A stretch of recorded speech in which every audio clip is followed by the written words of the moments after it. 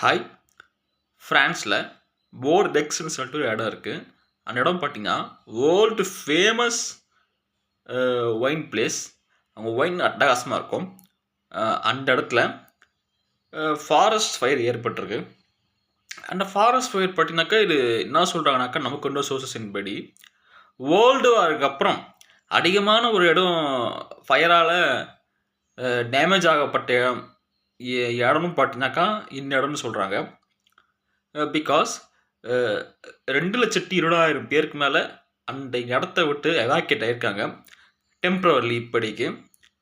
And 2,700 பேர் fire fighters அந்த ப்ராசஸில் இருக்காங்க, நெருப்பை கட்டுப்படுத்துகிற ப்ராசஸில். இது நாளுக்கு நாள் வைல்ட் ஃபாரஸ்ட் ஃபயர் என்ற ஒரு விஷயம் ரொம்ப அதிகமாகிட்டே இருக்குது. பிகாஸ் இட் ஸ்பெயின்லையும் இருக்குன்றாங்க, கிரீஸ்லையும் இருக்குன்றாங்க. நான் சோர்ஸ் இப்படிக்கு வரல, பட் ஃப்ரான்ஸுக்கு மட்டும் இப்படிக்கு நமக்கு தகவல் வந்துருக்கு. இது ஒரு உண்மையிலேயே ஒரு மிகப்பெரிய ஒரு சேதாரம் தான், அதை விட்டுக்கிட்டே ஆகணும். அதில் எந்த விட மாற்று கட்டும் இல்லை.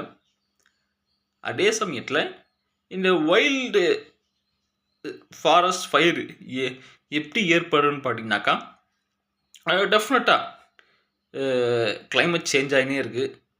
ஐ திங்க் இந்த இயர் யூரோப்புக்கு நம்ம இந்தியாவில் இருக்கிற வெயில் அங்கே ஜாஸ்தி தான். நீங்கள் ஈஸியாக சொல்லலாம் இந்தியாவில் வெயில் விட அங்கே ஓரளவுக்கு கம்மியாக இருக்குதுன்னு சொல்லலாம். நீங்கள் நம்ம வயசுக்கு சொல்லுவோம், பட் அது அவங்களுக்கு பழகப்பட்ட இடமே கிடையாது. பிகாஸ் நிறைய பேர் இப்பயும் யூரோப்பில் ஏசின்ற கான்செப்டே அவங்களுக்கு கிடையாது. அவங்களோட ஹவுஸ் ஸ்ட்ரக்சராக நீங்கள் பார்த்தீங்கன்னாலே உங்களுக்கு புரியும். தேவையில்லை டூரில் ஏசி. ரொம்ப ஒரு இடம்னா ஏசி வச்சுருப்பாங்க, தவிர அங்கே ஏசி வைக்கிற ப்ராசஸே அங்கே கிடையாது.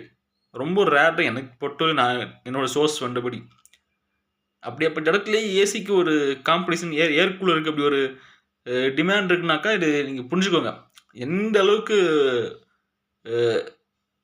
ஹீட் வேவ் அங்கே இருக்குன்னு சொல்லிட்டு. அதனால் முடிஞ்ச அளவுக்கு நம்ம நேச்சருக்கு அகெயின்ஸ்டான ஆக்டிவிட்டிஸை நம்ம பண்ண வழியாக பார்க்கணும்.